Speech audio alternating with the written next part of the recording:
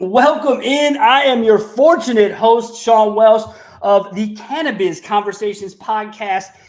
I enjoy this because I get to talk to a lot of different people that I follow on LinkedIn. And I would say social media, but I'd be lying to you. It's LinkedIn specifically and only in my life.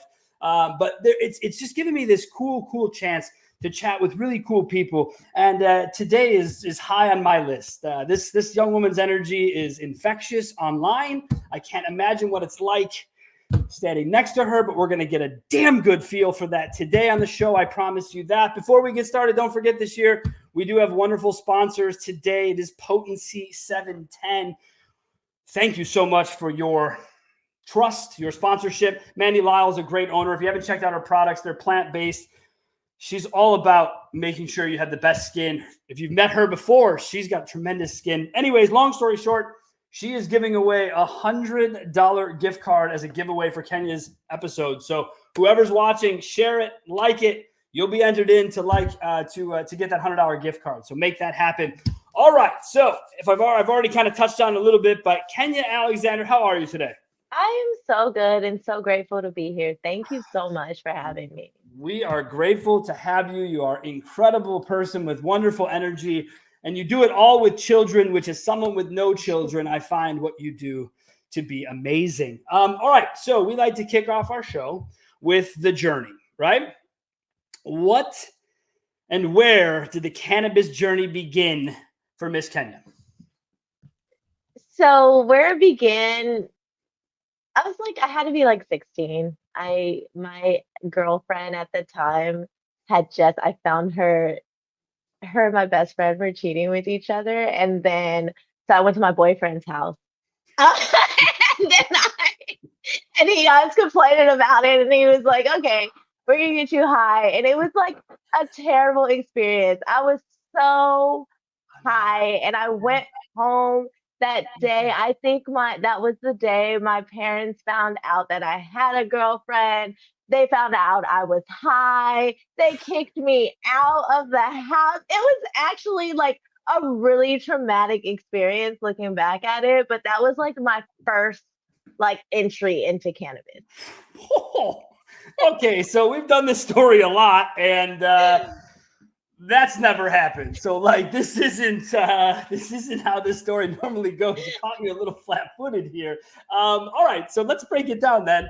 So you had a horrible experience post getting high or being high, or it just all from the All of moment it, you just got it, the whole whole thing moment. was just not good. And it stuck with me forever. I never smoked weed like in college. Like you might get me every now and then, but like I was like anti weed, and it was like all of my friends smoked weed. My friends sold drugs. Like that was just like those were the people I hung out with, but I never consumed. It was just I was never into that.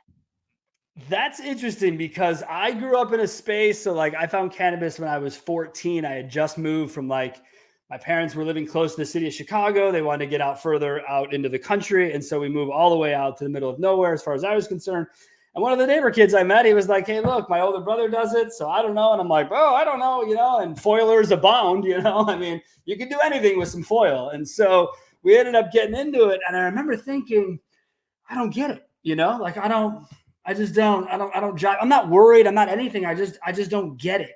And then the next time I got it. And as soon as I got it it's weird. Everyone always assumes the hippie, the Grateful Dead fan, all these things like, oh, you just smoke weed to smoke weed. And it's like, it's not like that. And it's never really been like that for me. I grew up a kid of an alcoholic dad, recovering by the time I was born. So let's be clear about that. And still to this day, 50 years, whatever it is for the old man. But the point is that I knew alcohol was always, left or right. And that's what you assume you needed to get into. So when I found cannabis, it allowed me to sort of have some alternative that I really appreciated.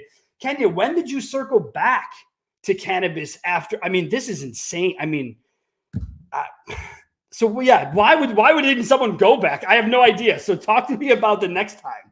Motherhood happened. Motherhood happened, and cannabis found me again. I am already like a person who is on edge, overthinker, all the time in my head, and I struggle I like my space. I love being by myself. And so when motherhood happened to me, happened upon my life, I lost that and I, in a way, like lost myself a little bit, but reconnected with cannabis as a way to, because my thing was I just didn't want to be smoking. I just didn't understand. Like you, I just didn't get it. I didn't get why people would be smoking weed. So if I was going to be smoking, I would just have been doing it because everyone else was doing it. And I've just never been that type of person. And so I started smoking like by myself. I think I went and bought like I still to this day am not good at buying weed because I just don't know. I went to my friend who sold weed and I was like, "Hey, look, I have $250. Can you give me all of the weed that I can get with $250 because I want to smoke weed, but I don't want to have to come back and like be buying weed from you. I don't want to do that. Like, so if I'm going to go in, like, I'm going to go all the way in. And I tell you, I would just take 2 puffs a day and I would be like, oh, yeah, That's hi, it. so high. I can't, like, I am so high right now. I'm living the good life and I can use this to get through whatever I'm going through. And as I started, like, honestly, being in the industry is what has really like accelerated my cannabis journey. Um, because I've learned so much, right? I've learned so much and I've been exposed to so many other people's stories about how they use cannabis and the ways that I can use cannabis. But motherhood, like dealing with the ailments of motherhood, are what that's what led me back to cannabis. I mean, look, okay. Again, I already said this. Everyone knows, not a parent. Okay. So you said some things that I think are really honest, and I think a lot of people need to hear it. You said lost yourself a little bit after something that you had. So motherhood found you, right? I like how you state that. That's cool. So it finds you in a space where it doesn't sound like you were looking for it necessarily, right? Yeah. Right. So you wanted to be you like by yourself, like that's who I am. Like it was weird growing up. I remember always being with like girls, and girls would be like, well, I want to have this, and I had the kid and this and this. Every time the kid came up, I was like, it's so weird. My Mm-hmm. brother had a kid, and someone asked me to hold it. It was like 2 seconds. I'm like, nope, this is Nope. where this comes Take from. it. Like, nope, nope. I'm going to be the best uncle in the world. I'll do whatever you want. I'll spoil the shit out of you, but I got to go home to quiet, right? But you said you lost yourself and you found it via cannabis. I think enough people don't. It's funny you say that, Kenya, because I think a lot of brands today, and even Joe, who was on from Wana Brands to kick off this season, their CEO, he said they expected moms to drink Chardonnay to show up to dispensaries, and it never happened. Mm-hmm. It never transpired. And if you've ever been to a dispensary, you can tell why the soccer mom's not showing up. It's not that comforting. Like I remember back in the day in Colorado when it was first medical, we're talking about armed guards Mm-hmm. at the doors of dispensaries. Like people weren't going to just roll in there or give that a shot, driving by. So as a mom, you didn't want to go back and forth. I love the 250 at once. As an old time distributor in a former life, I can appreciate a good customer like that, Kenya. Because it's bulk, it's cool, and it doesn't sound like you're the type to hang out and smoke either, right? I just You're want to go. Like, can I have it and just go home now? Like, Kenya, I swear to God, you're the best customer ever. You really are. And it was always so my now wife, then girlfriend, she would always be like, Sean, why do people just come over, buy from you, and then hang out and basically smoke half of it with you? I'm like, look, I don't know, but I don't stop people. And yes, yeah. before you ask, people have smoked what they have bought and bought again before they left. It's not my fault. I was fortunate to buy my first house when I was 19. I've been in the car business my whole life. And so I had this weird, like, didn't go to college bachelor pad thing, but we weren't 21. So the parties were really cannabis and Mm-hmm. frankly, hallucinogenic based. So I have to ask you, Kenya, was cannabis in a way any gateway for you as it's pitched to be as this dangerous drug? Did Kenya go off and try coke and go get crazy on LSD? What You happened next in know, the drug journey? I am just not a drug person. There is addiction in my family, and so I don't even take Tylenol if I can prevent it. So no, we're not doing drugs. I did microdose shrooms for a while, like in my postpartum era, and that was so valuable. So really sticking to like really plant medicines. In fact, since since then, I've stopped drinking completely. I don't drink at all. I really, it has been such a positive force in my life and me getting back to myself and to the true version of me Mm. and kind of like shedding from some of the things that I picked up when I was trying to be whomever I was trying to be. It really has brought me back to myself. I got to tell you, the quitting drinking thing is so funny because when I met my wife, I was a drop dead alcoholic. I mean, we're talking 10 pints a night, drive an hour home from work, never gave a shit. Again, tough to put limits on someone that young who was already making money, already had accomplished things his friends were just starting college to do. And I know in myself that I was a money grubbing jerk off. I don't even know how I ended up with my wife. I don't even know how she saw enough to even hang. But the one thing she said was the drinking thing don't cut it for her because she don't drink. She's just, Hmm. it's a non-starter. Don't, if that's who you are, then we can just cut this and we're good. And I Hmm. was like, I can quit. She's like, bullshit. I'm like, whatever, I can quit. Doesn't matter to me. And I did. And I proved to myself that it really is all between my ears. So I control my own destiny. So I get done drinking. Addiction in my family as well, right? Like I said, I get done drinking. 2 months later, my family has a huge wedding. I show up and my dad's been sober and I'm sober too. And me and him are joking. He said, look at all these people. None of them are going to remember any of this tomorrow. He's making all these jokes and we're laughing. I said, Dad, here's the thing. I've been sober 60 days and I feel like I could just go have a vodka soda and, be cool. He's like, really? I'm like, yeah. He's like, that's the dumbest thing I've ever heard. I'm like, what? Why is that dumb? He's like, because you drink to get drunk, son. He's like, that's why I don't touch this stuff. And I'm like, see, Hmm. I think there's a fundamental difference between you and me now. Like, and that's cool. I established that. And then I figured out, Kenya, honestly, with addiction being what it is in my life, moderation is the key to my life, period. And I'm addicted to cannabis. I'm addicted to everything, Kenya. I'm addicted to everything I do, but I do it enough where Hmm. it's not a problem. Do you know what I'm saying? Like the line of addiction being a problem and just your day-to-day life. Yeah, you can call it addiction, but so every time I go place an online bet, am I an addicted gambler? Hmm. But I can afford to lose what I put out there, or I can afford to buy my own drugs. I'm not having to rip people. I don't know where we draw the line in addiction versus day-to-day life. And that's just I think that's my super powerful because I know like when I was in college, there were so many people who I never met sober. I was like drunk all the time, woke up in the mornings like with my bathtub flooding my apartment, with my car tires flat, like just honestly like yeah. an alcoholic. I had like, I was blessed to have money in college because I worked full time Yeah. and my dad is retired from the Air Force. So I also got a GI Bill stipend. So I was just like making it rain like bottles all the time. Like we're here for a good time. And it was terrible. It was terrible. It was really, it was like I would wake up, my body would hurt, and it would just, I'm throwing up all day, but I would Oh, do it again and do it again and do it do it again. again.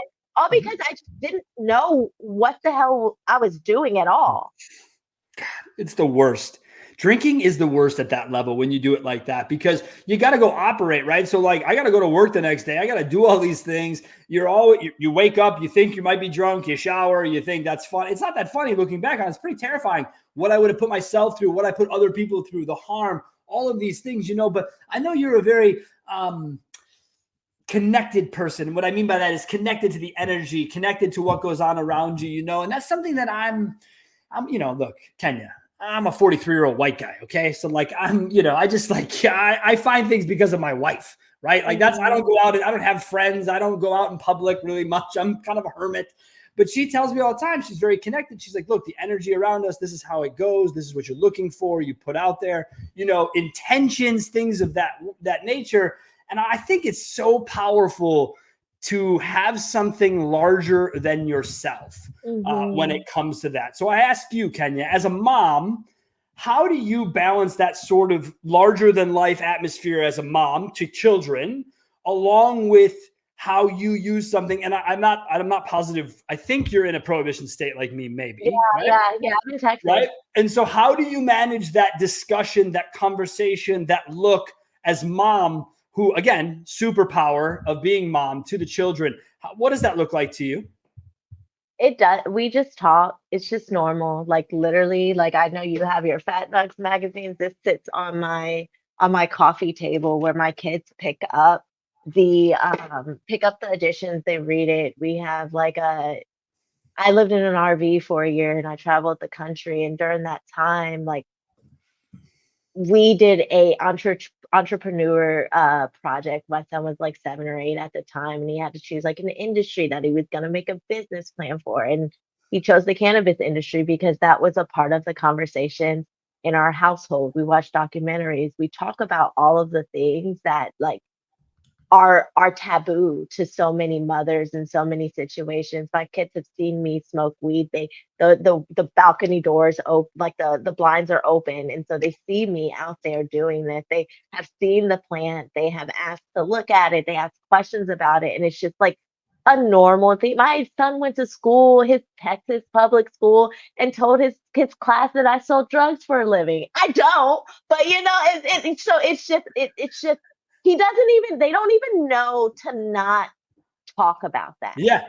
Yeah. So does that, so to you, you don't have any obvious lateral concern that gets back to a school or gets back to some concerned parent or ends up on your doorstep? Because it sounds like at some level you've been made aware that your kid has said this, or maybe they told you themselves. But we live in prohibition states. So like I just had my nephews up here who live in Illinois, which is, freedom to do all. And so they're up here and we're just hanging out outside of a bar, getting ready to go into a baseball game. And they're like, hey, Uncle Sean, let's get after a joint. And I'm like, are you out of your fucking mind? Mm-hmm. And they're like, what do you mean? I'm like, what do you mean, bro? Like, no, we can't do that here. Like I get, and they're 18, 19, 20 years old. And you're like, man, growing up alongside this legal shit is really bitching for people, man. So like your kids, they're going to know it differently than you grew up in it, than I grew up in it, than even your folks grew up in it. So we've gone not backward, forwards to children.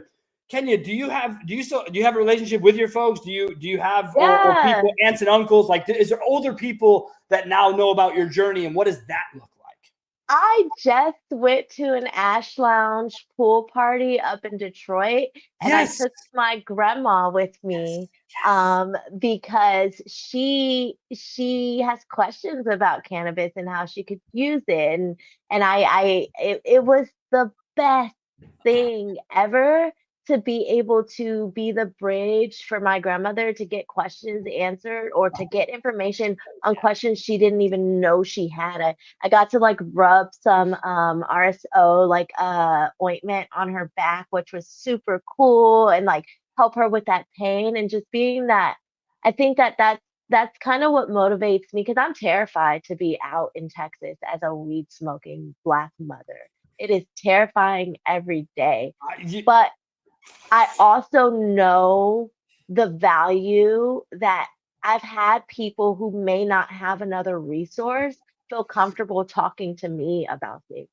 And I think that is like, I mean, honestly, like I believe that I have a protected aura around me and all things are working in my favor. So I'm just going to show up as exactly who I am. And who I am is a person who has seen the benefits of cannabis in her own life. So I go to pick up my kids in weed shirts. I am normalizing weed for myself, and then thus normalizing it for people around me. Look, you just said there's a lot to unpack here at the end of the day. So you say the first line here, weed smoking Black mom in Texas. Weed smoking, again, 40-year-old white dude in Austin, Texas, terrified out of my mind. Okay. Mm-hmm. Just downright terrified out of my mind. So much so that my wife's like, what's your deal? I'm like, what? Mm-hmm. She's like, let's get after it. I'm like, fuck you. We're not doing that here. Like, I'm going somewhere else.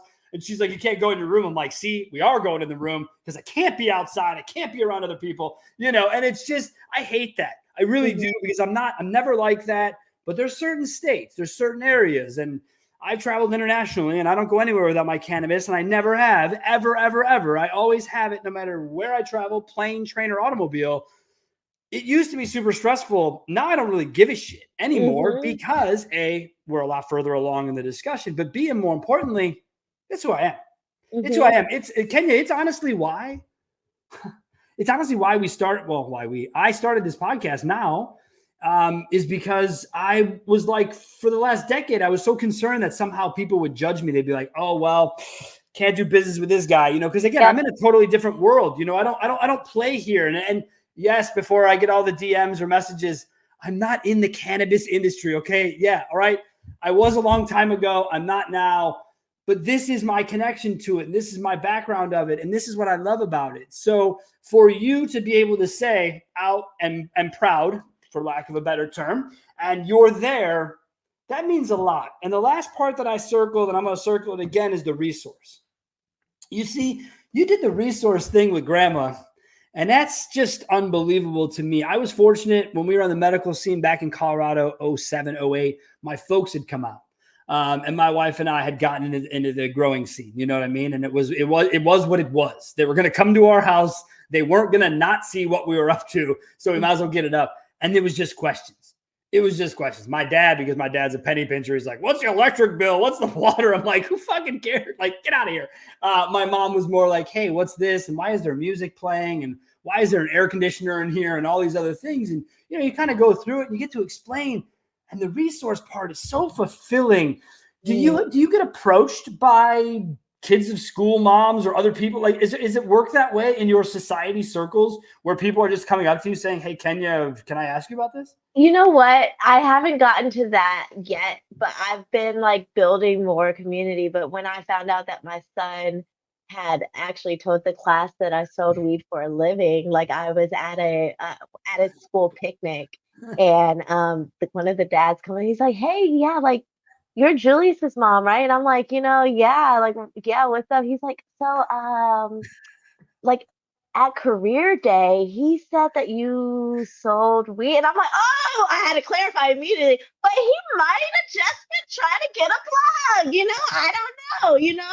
So it is, I think that it's super valuable to be that. Somebody has to be that resource, because I've been blessed that like my friends sold drugs, right? And so even though I didn't have a relationship, it was so easy for me to figure out who has weed, but everybody does not have that same network, especially here in Texas. Yeah, no, agreed. Same way here. Like when we moved from Colorado to the prohibition state of Wisconsin, man, we were growers. I took everything with me I possibly could, and some great movers moved it across the country in some boxes. I appreciate that of them. It lasted me a solid, I think it lasted us like 8 months, maybe 9 months. And, it was, after that, it kind of sucked. Luckily, enough people, you do whatever, and you can make all those things happen. But it still sucks that we have to go about this, Trying right? to chase weed is just so exhausting. Like, it makes you feel like you're an addict. Like, I shouldn't have to go through all of this to get my medicine. Exactly. I shouldn't have to go across state lines, or I shouldn't have to go across state lines and like worry that there's a cop on my side of the border. Like my wife and I got followed for like, we're coming back from the UP of Michigan where it's totally legal, and we're on a country road. This is a single road. There was really nowhere else for this cop to go. He just happened to be behind us for like 60 miles. And I'm just like, is this gonna fucking happen to me? Like, I've never had a problem. I'm 43, and nothing happened. Nothing happened. There was never anything there. But again, Kenya, I don't like to do it like this, but I got to tell you, I'm that nervous as, like I said, a white guy. Kenya, the game has to be elevated for you. And I'm not trying to play any cards or try and put you in any kind of a position, but like it has to be even more stressful, especially in Texas.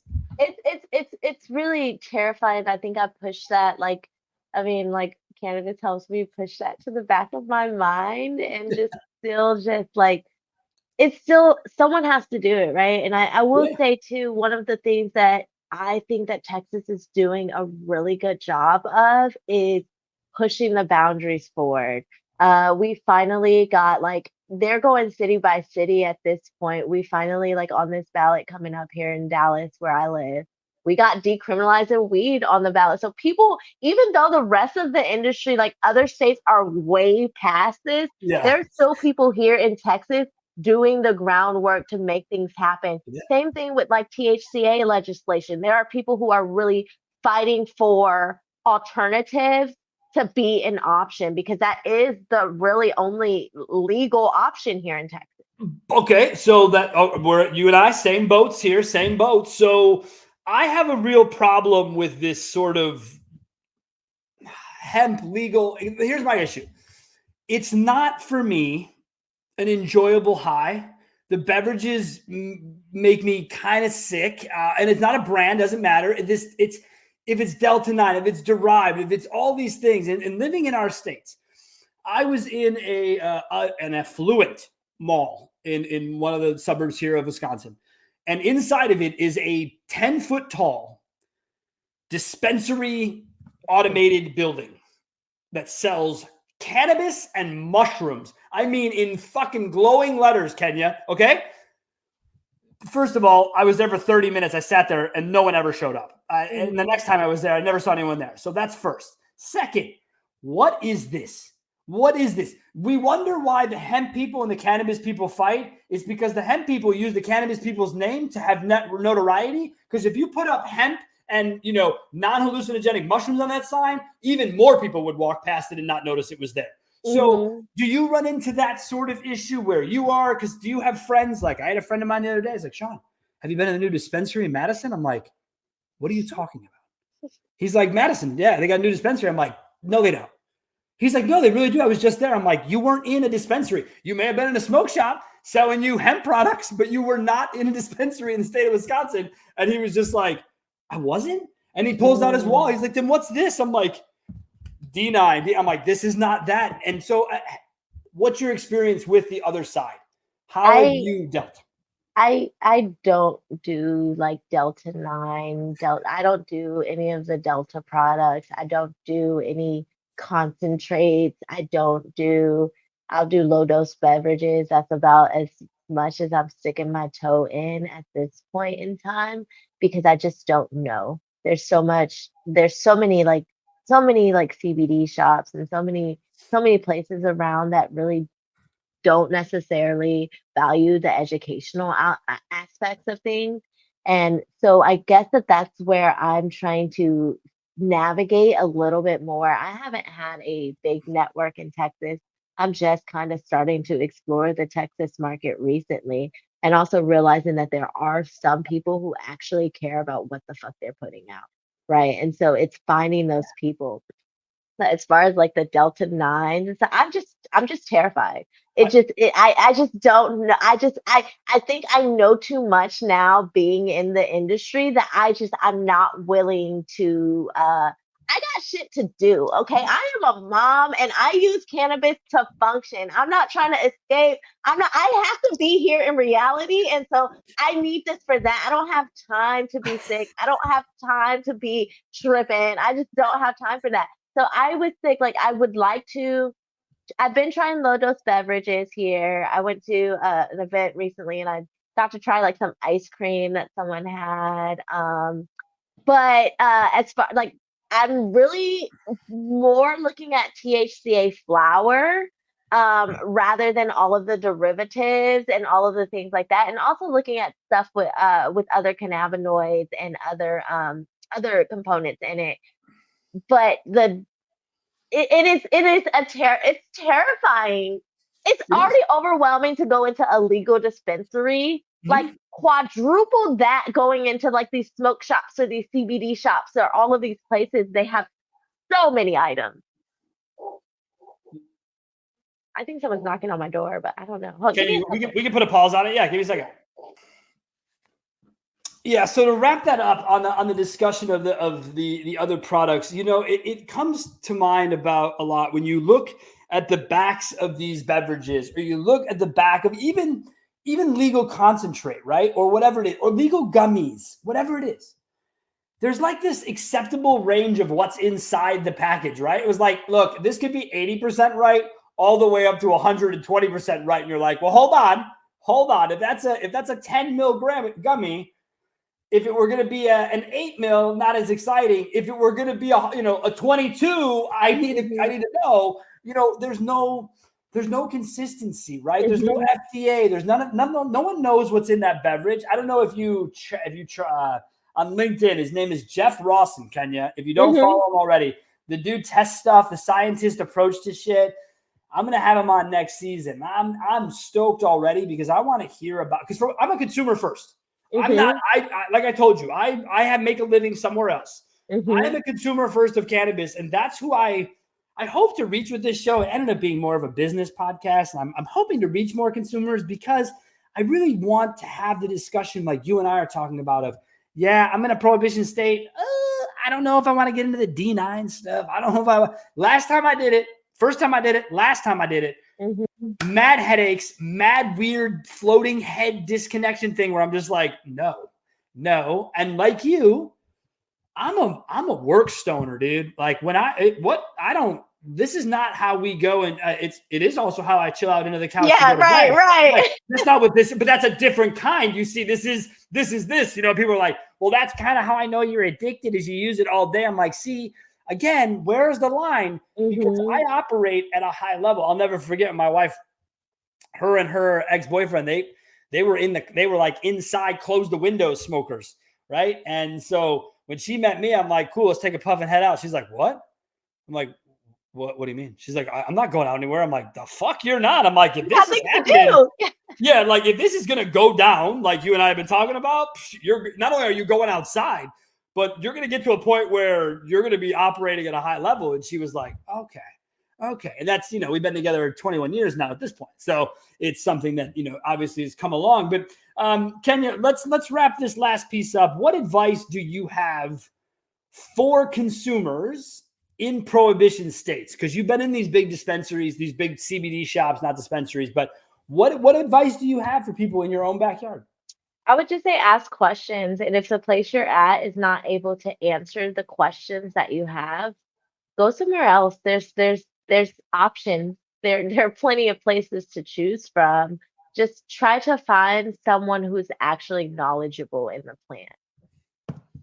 Knowledge is the killer part of the plant. It's what we need more of. It's why I follow the people I follow. I follow a lot of scientists in this space because that's what I'm trying to learn, because I've always been in the last mile of cannabis. Okay. And when my wife and I were growers, that's where we really got to connect. And we grew medically, and it was just super, rewarding to be able to give people just ounces who couldn't afford them, but, had cancer, or 15-year-old kid, his parents, were like, Sean, could you help us out? Whatever. That's what it was about. It was so damn cool. But like I said, I'm addicted to everything. So when I grew cannabis, I was addicted to growing it. I was nuts. I'm pulling out the microscope. I'm trichoming, like, no, pull half. No. And my wife's like, come on, dude. Like, we got to go. I'm like, nope, can't go. And so it can be crazy like that. All right, Kenya, we've gone into part one. It's been outstanding. I want to get into a tease for part two is what I like to do here, Kenya. So why don't you give us an idea of what's on Kenya's mind for part two? Oh, and the same thing that's always on my mind, community building. Love it.